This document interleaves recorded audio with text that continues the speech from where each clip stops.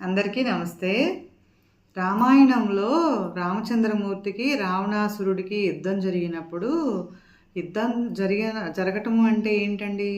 యుద్ధం చెయ్యాలి అంటే ఫస్టు లంకకి వెళ్ళాలి కదా! వానర సైన్యము, అట్లాగే రామచంద్రమూర్తి, హనుమ వీళ్ళందరూ కూడా సముద్రాన్ని దాటాలి కదా!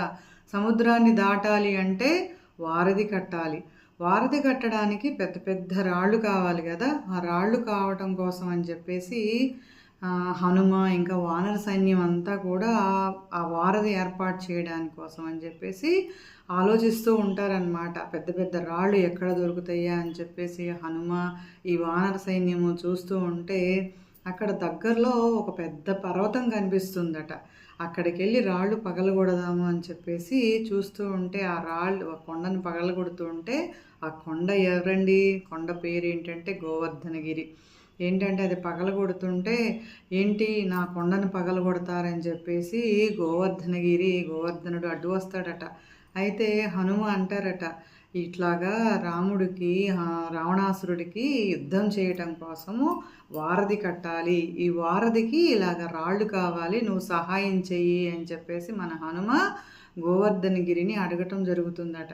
అంటే నువ్వు రాముడికి చాలా సన్నిహితంగా ఉంటావు, నాకేంటి ఉపయోగం, నేనేంటి ఇలాగా రాళ్ళు ఇస్తే నాకేంటి ఉపయోగం అని చెప్పేసి గోవర్ధనుడు అడుగుతారట.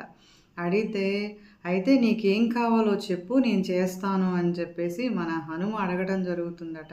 అంటే నువ్వు రామచంద్రమూర్తికి చాలా చేరువుగా ఉంటావు, అలాగే నువ్వు నీ రామచంద్రమూర్తిని ఎప్పుడైనా నాకు చేరువుగా ఉండాలి, ఆ చేరువుగా ఉంచుతాను అని చెప్పేసి నాకు మాట ఇవ్వు అని చెప్పేసి అంటే మన హనుమ అలాగే జరుగుతుంది, నీకు స్వామి 7 రోజులు చేరువుగా ఉంటారు అని చెప్పేసి చెప్తారట. అంటే ఇంకా యుద్ధం అలాగే వారధి కడతారు, యుద్ధం జరుగుతుంది. ఇంకా ఏంటంటే త్రేతాయుగము కంప్లీట్ అవుతుంది కదా, కానీ అప్పుడు గోవర్ధనుడిని రామచంద్రమూర్తి కలవలేదు. ఎప్పుడు కలుస్తారు?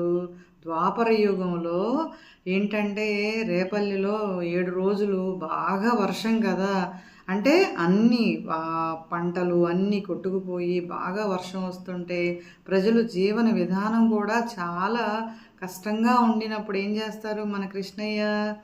ఏంటంటే ఆ ఊరునందరినీ కాపాడాలి, మధుర అంతా సేఫ్గా చూడటం కోసం ఏం చేస్తారు? గోవర్ధనగిరిని గోటితో లేపుతారు కదా, చిటికిన వేలుతో లేపుతారనమాట. అంటే ఏంటంటే జనాలందరినీ కూడా సేవ్ చేయటం కోసం ఆ పర్వతాన్ని ఎత్తడం కోసం అని చెప్పేసి స్వామి గోవర్ధనుడిని అడుగుతారట.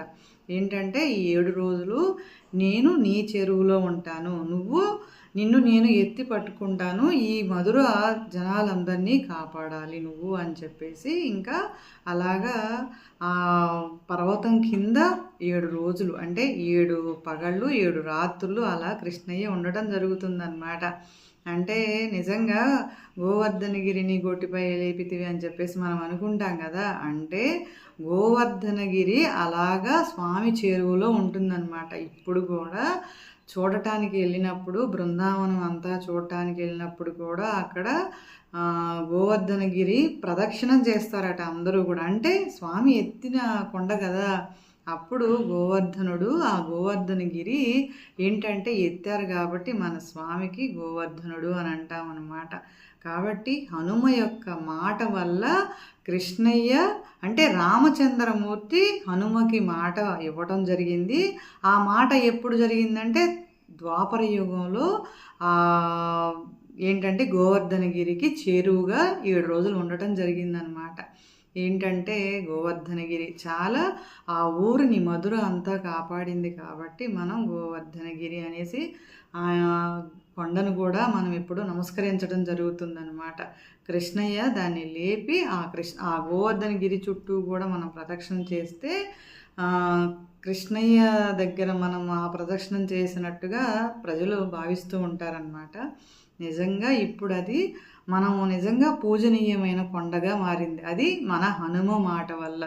నిజంగా ఈ వీడియో నచ్చితే తప్పకుండా లైక్ చేయండి, షేర్ చేయండి. Thank you. మీ రజని.